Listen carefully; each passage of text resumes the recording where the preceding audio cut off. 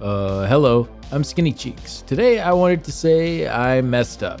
I put out a guide for the top 5 mythic item sets for DPS, and I overlooked one that is really good. Yes, that is the Death Dealer's Fate. On initial glance, I didn't think too much about this item, but as I've taken more time to compare it to other options, it's become more and more attractive to me. So much so that I'd probably put it at number 2 or number 3 on that list now. So let's quickly go over what it does. Gain a persistent stack of escalating fate every 2 seconds you are in combat, up to 30 stacks max. Each stack of escalating fate increases your maximum stamina, health, and magicka by 88. You lose a stack of escalating fate every 4 seconds you are out of combat. So much like other mythics, this is a bit situational. As for a really short fight, it probably won't ever have time to build up all the way since it does take 1 minute to get to the full 30 stacks. However, when you are out of combat, you only lose a stack every 4 seconds, so 2 minutes for it to fall off completely if you've already built it up. So if you are wearing it on the ad waves leading up to the encounter you want to use it on, unless your group is taking a 2-minute potty break before they pull the boss, this thing isn't going to lose all of its power. So let's say the group takes 30 seconds to pull the boss from the end of the last trash wave you've done. Well, that's only 15 seconds you'll need to be in combat to have it maxed out again.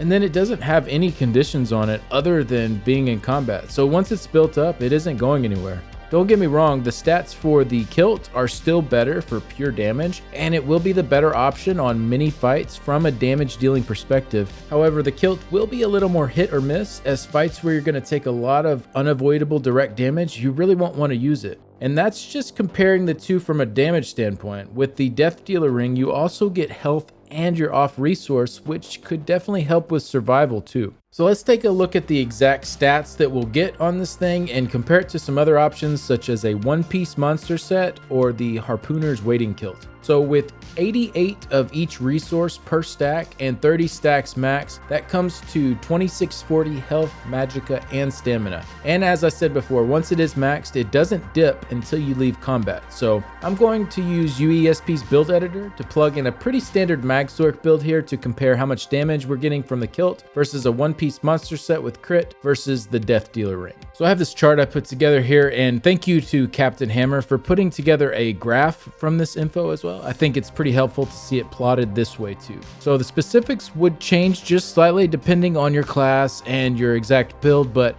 this should be a pretty good rough estimate all around. You know, the exact jump points to where one beats the other might vary just slightly, but overall this should be pretty consistent. So if you aren't familiar with effective spell power, it's pretty much just UESP's way of taking all damage values like crit chance, crit damage, spell damage, magicka, etc., and just lumping them all together to give one end value. So I put a few notes here. At 4 stacks of the kilt is roughly when we will pass up having a standard one-piece monster set with crit on it. And then at 6 stacks of the kilt is where we pass up the maximum potential of the Death Dealer ring. So if you are averaging at least 6 stacks on the kilt, it is going to get you more damage than full stacks of the Death Dealer ring. And that is also assuming you went into the fight at full stacks with the ring. So depending on the fight length and how quickly you get into the fight from your last encounter, probably won't be able to average quite 30 stacks, but you could get very, very close to that. And then for building up stacks on the Death Dealer ring, 20 of those is roughly the range where you'd pass up a one-piece crit monster set, and somewhere around 28 stacks will pass up 5 stacks of the kilt. So just 40 seconds to have it worth more than a one-piece crit, but remember,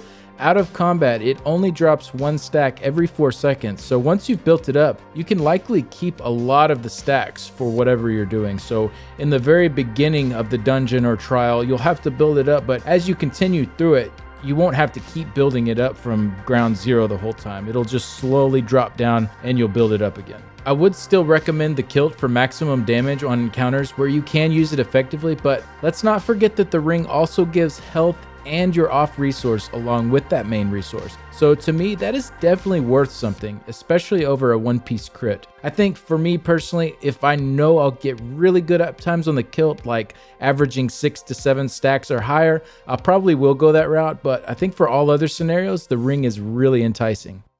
All right, that's going to be it for this one. I just wanted to point that out and go over something that I admittedly overlooked at first glance. Let me know what you all think about this mythic. I just need one more lead to grab it, and I'm pretty excited to check it out. I want to give a big thanks to my current Patreon supporters. If you'd like to see how you can help support the channel through Patreon, I'll have a link in the description below. And a special thanks to Nicholas, Simon, Privy League Guild on PlayStation's EU server, Cougar is Bay in the Cougar Town Guild, Gandalf Legris, Blondie Joes, Stridig, and Delta. Thank you so much for stopping by. I'll see you in the next one. Bye.